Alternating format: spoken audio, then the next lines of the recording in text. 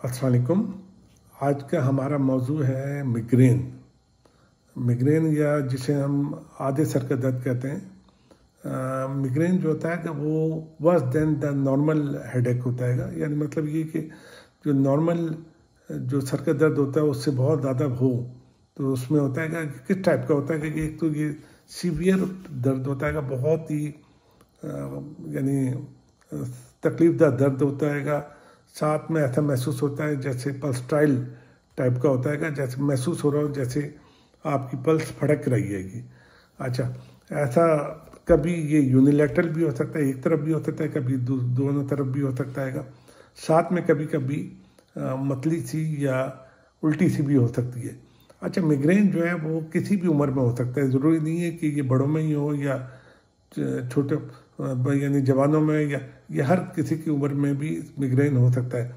और ख़ास तौर पे अगर नोट किया गया है कि अगर माँ या बाप में या दोनों में किसी को हो तो चांसेस हैं कि 75% जो है वो उनके बच्चों को भी मिग्रेन हो सकता है। अच्छा, जिनको मिग्रेन होता है उसमें एक कंडीशन होती है जिसको कहते हैं हम ऊरा, AURA, ऊरा। ये तकरीबन 15 से 20% मरीज़ ऐसे होते हैं जिनको ये तजुर्बा होता है कि दौरान मिग्रेन या मिग्रेन से पहले उनको ऐसा लगता है कि जैसे कोई डॉट टाइप की जो है, स्पॉट टाइप की जो लाइट्स है वो आंखों में महसूस होती है। उसके बाद ये वीकनेस सी महसूस होती है उनके फेस पे, या ये कि कुछ ऐसा लगता है जैसे डिफ़िकल्टी इन स्पीकिंग, यानी कोई बात करने में भी कोई उनको प्रॉब्लम है। मिग्रेन का जो दर्द होता है वो ज़्यादातर 4 से 72 घंटे के दरमियान में होता है। और इसकी कोई कॉज तो अभी तक नहीं पता, लेकिन इसकी कुछ प्रेसिपिटेटिंग फैक्टर हैंगे। यानी मतलब ये कि जिसे हम टाइगर्स कहते हैं, टाइगर फैक्टर्स हैं कि ये उन लोगों को हो सकता है। अब जैसे मैंने पहले आपको कहा था ख़ास तौर पे कि ये फीमेल में, अच्छा ये फीमेल में ज़्यादा होता है ख़ास तौर पे, फिर फीमेल में इसलिए ज़्यादा होता है कि शायद ये हार्मोनल चेंजेस होती हैं जिसकी वजह से ये ज़्यादा होता है। अच्छा, ये किसी भी उम्र में हो सकता है।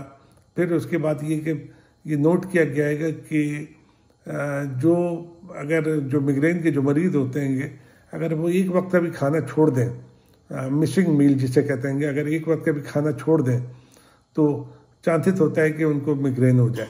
फिर उसके अलावा ये है कि अगर कोई मौसम चेंज होता है तो उससे भी मिग्रेन हो सकता है। इवन के बहुत ज़्यादा खुशबू हो उससे भी मिग्रेन का अटैक हो सकता है। इसके अलावा ये कि आपकी फ्लैशिंग लाइट हो, यानी ब्राइटनेस लाइट, यानी फ्लैशिंग लाइट हो, आप मुसलसल अगर आप टीवी देख रहे हो या ये कि कंप्यूटर पे हो तो चांसेस होते हैं कि उससे भी मिग्रेन हो सकता है। फिर अगर आपकी स्लीप डिस्टर्ब हो तो उससे भी मिग्रेन हो सकता है। अगर कोई ओरल कंट्रासेप्टिव मेडिसिन ले रहा हो तो उससे भी मिग्रेन हो सकता है। ये स्ट्रेस है, स्ट्रेस की कंडीशन अगर है तो उससे भी मिग्रेन हो सकता है। तो बहुत सारी कंडीशन है जिससे मिग्रेन हो सकता है। मैंने तो ये भी नोट किया है कि कुछ फल भी जो है वो मिग्रेन करते हैं। मसलन ये कि केला खाने से मैंने नोट किया है कि कुछ पेशेंट कंप्लेन करते थे केला खाया उससे होता है। फिर ये कि प्योर मिल्क या ये कोई चीज़ ले ली या मिल्क की कोई प्रोडक्ट ले ली उससे भी होता है। फिर ड्राई फ्रूट है उससे भी होता है। तो खाली पेट से तो मैंने ये बहुत कंप्लेन सुनी है कि जो पेशेंट जो है वो भूखे रहते हैं उसके बाद उनको मिग्रेन के अटैक भी ज़्यादा होते हैं। तो ये सब कंडीशन है कोई कि ये मिग्रेन के प्रेसिपिटेटिंग फैक्टर मैंने आपको बता दिया सब कुछ है। तो कैसे डायग्नोस करते हैं? डायग्नोस करने का तरीका यही है कि पेशेंट की क्लिनिकली हिस्ट्री हम लेते हैं। हिस्ट्री से पता चल जाता है कि पेशेंट ये बता रहेगा कि उसका दर्द जो है वो आहिस्ता आहिस्ता बढ़ता है, एक तरफ हो रहा है और वो बिल्कुल थ्रोबिक टाइप का होता है, दिमाग में ऐसा लग रहा है जैसे रग फड़क रही है। फिर उसके बाद ये कि वो बताएगा कि जी उल्टी सी भी महसूस हो रही है, कभी कभी उल्टी भी हो जाती है। अब दर्द ऐसा होता है कि उसमें सोने की भी बहुत मुश्किल होती है। तो ये सब कंडीशन है। इसके अलावा इस वक्त तो ऐसी कंडीशन में तो हम ये नहीं कहेंगे कि तमाम इन्वेस्टिगेशन कराएं, लेकिन ये कि अगर खुदा न खास्ता अगर आप ये महसूस करें कि ये जी सब दवाइयाँ लेने थे और दूसरे चीज़ें को अवॉइड करने के बाद भी अगर दर्द नहीं हो रहा तो ज़ाहिर है फिर मैं भी यही मशवरा दूंगा कि किसी न्यूरोलॉजिस्ट को दिखाएं ताकि फिर फर्दर इन्वेस्टिगेशन हो। अच्छा, अब इसमें ट्रीटमेंट क्या देते हैं? ये ट्रीटमेंट यही है कि हम जो पेन रिलीविंग ड्रग्स हैं जैसे एसिटामिनोफेन है, पिवाडोल है या पैनाडोल है वो हम देंगे, ब्रुफेन देंगे।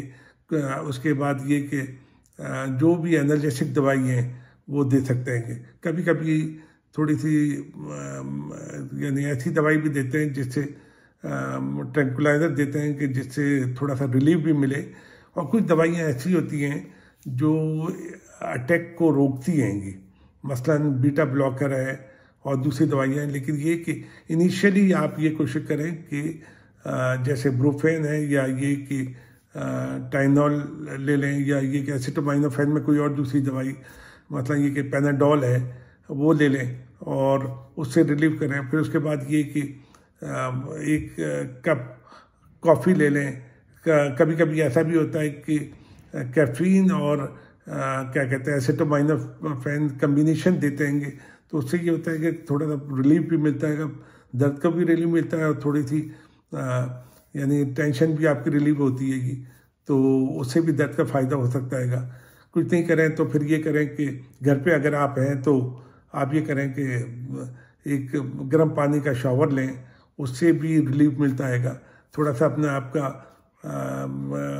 यानी एक्सरसाइज लेकर लें, गर्दन को आप पीछे की तरफ जो है मसाज करें और या सामने की तरफ जो है वो मसाज करें तो उससे भी रिलीफ मिलता है। गर्दन के एक तरफ दूसरी तरफ भी मसाज करें उससे भी रिलीफ मिलता है।